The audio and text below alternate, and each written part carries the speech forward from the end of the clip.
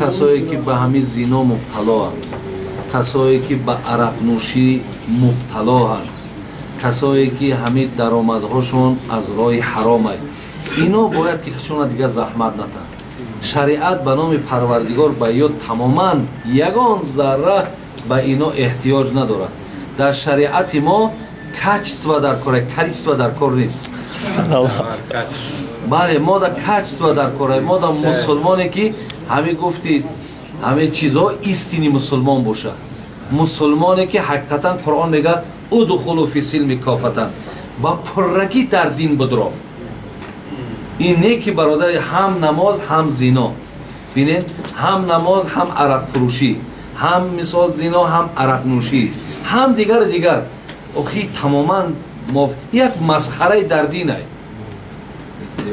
یک مسخره در دین می شود.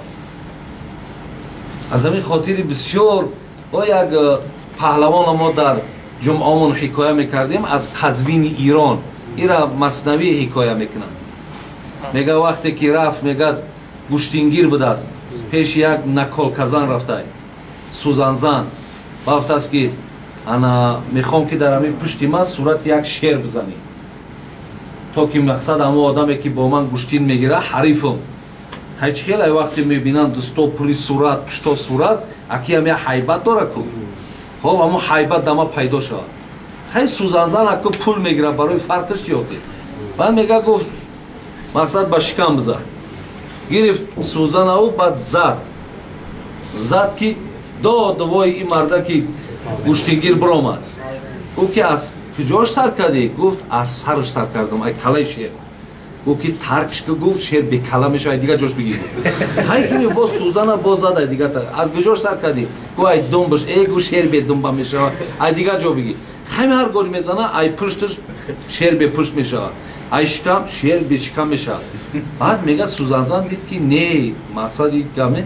بعد میگه بر زمین زد سوزن آندم اوستا، گفت در عالم کسی را این فتاد، شیر بیگوش و سر و اشکم کی دید، این چونین شیر خدا کی آفرید؟ خب این مقصد ای یکمشی خیلی شیرها نیست. بعد گفت چون نداری طاقتی سوزن زدن، از چونین شیری جیان پس دم مزن. وقتی طاقتی سوزن نداری ای شیر گب نزد، یعنی طاقت دین نداری، طاقت اسلام نداری. مسلمی مقصد شمی ای ایتری نزن مثال جرجی که من مسلمانم.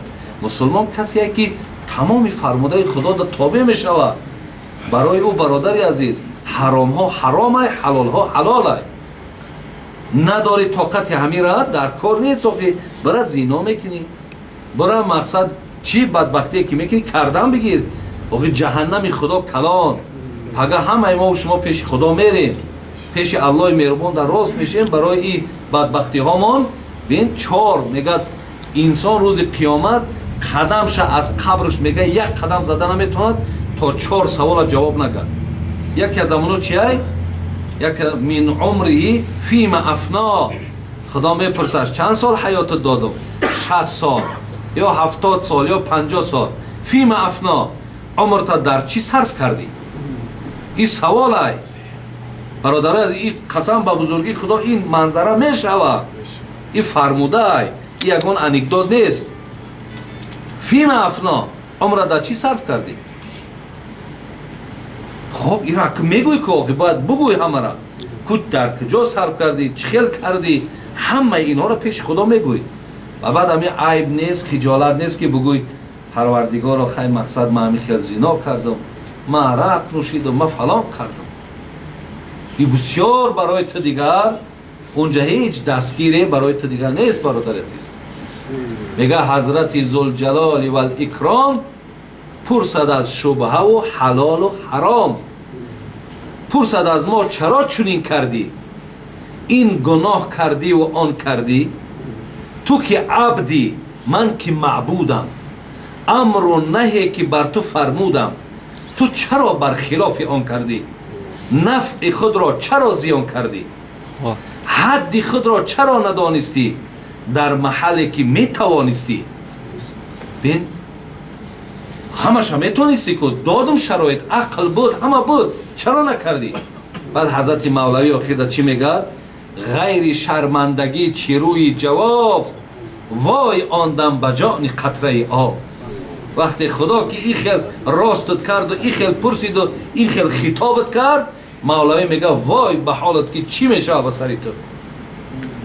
برای این برادره از اندیشه کنیم، به خدا قسم این دنیا بی صاحب نیست. محترم خداوند گاوی بی شاخبر نآفریده.